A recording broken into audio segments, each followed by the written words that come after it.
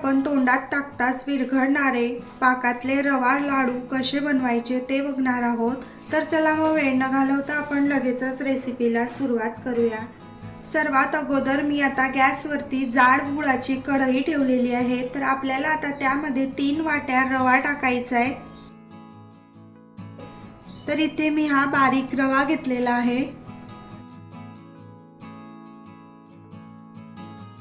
लाडू बनवण्यासाठी आपल्याला बारीकच रव्याचा वापर करायचा आहे। तूप न टाकता आपल्याला आता सुरुवातीला या रव्याला 2 ते 3 मिनिटं भाजून घ्यायचा आहे मीडियम गॅसवरती।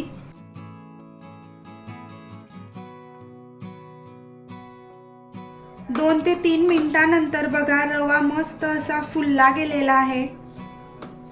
इथे मी आता 1 वाटी तूप घेतलेला आहे। आपल्याला आता हे यामध्ये टाकायचं आहे।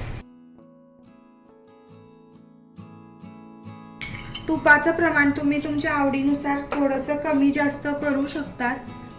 नंतर आपल्याला आता हे तूप मस्त असं या रव्यामध्ये मिक्स करून घ्यायचं आहे।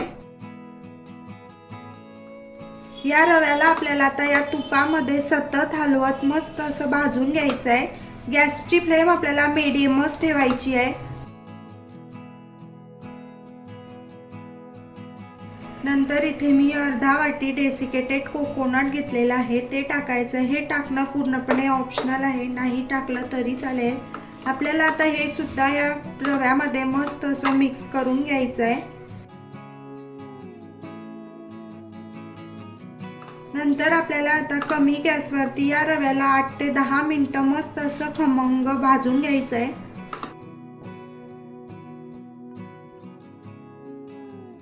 हे बघा इथे आता 8 ते 10 मिनिटं झालेली आहे। आपल्याला आता गॅस बंद करायचा आहे। आपल्याला आता हा भाजून घेतलेला रवा एका ताटामध्ये काढून घ्यायचा आहे।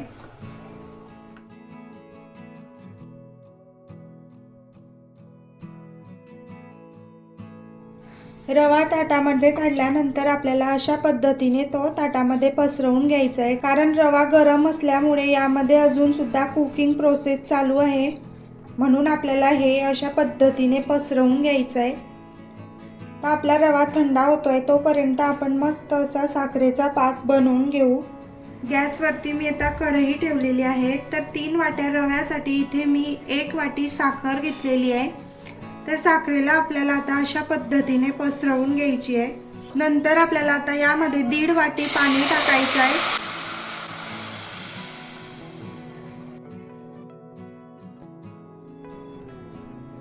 आपल्याला आता या पाण्यामध्ये ही साखर पूर्णपणे विरघळून घ्यायची आहे। गॅस आपल्याला मीडियम ठेवायचा आहे।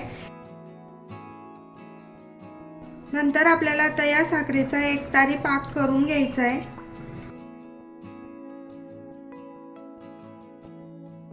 हे बघा इथे आता यामधली साखर पूर्णपणे मेल्ट झालेली आहे। पाक झाला हे कसं समजायचं, तर चमच्यावरती थोडंसं साखरेचा पाक घ्यायचा। नंतर आपल्याला तो बोटावरती अशा पद्धतीने जर तुटत असेल तर समजायचं इथे आपला हा पाक तयार झालेला आहे। हे बघा, तर हे बघा इथे मी आता गॅस बंद केलेला आहे। इथे आता आपला हा रवा सुद्धा थंड झालेला आहे। तर आपल्याला आता हा गरम गरम पाक या रव्यामध्ये ओतायचा आहे। नंतर आपल्याला आता यामध्ये पाव चमचा वेलची पूड टाकायची आहे। इथे मी काही ड्रायफ्रुट्स घेतलेले आहे, पिस्त्याचे काप घेतलेले आहे, बदाम घेतलेले आहे आणि थोड्याशा चारोळ्या घेतलेल्या आहेत। यामध्ये तुम्ही तुमच्या आवडीचे कोणत्याही प्रकारचे ड्रायफ्रुट्स टाकू शकता। आपल्याला आता हे सर्व यामध्ये टाकायचे आहे।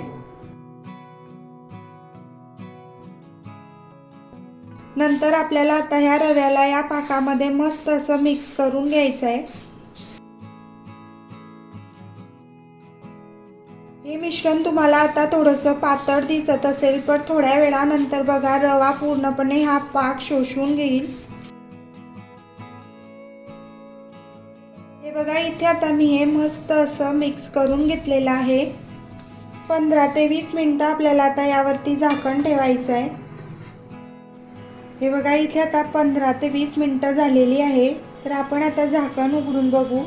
हे बघा इथे रव्याने पूर्ण पाक शोषून घेतलेला आहे। 2-3 वेळा मी मधून मधून हलवून घेतलेला आहे। यामधल्या पूर्ण गुठळ्या मोडून घेतलेल्या आहेत।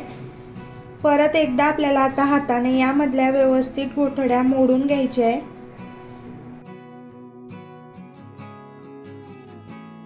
आपल्याला आता याचे मस्त असे मीडियम आकाराचे लाडू बांधून घ्यायचे आहे। जर तुम्हाला हे मिश्रण जास्त कोरडं वाटत असेल तर तुम्ही हे मिश्रण मिक्सरला सुद्धा फिरवून घेऊ शकता।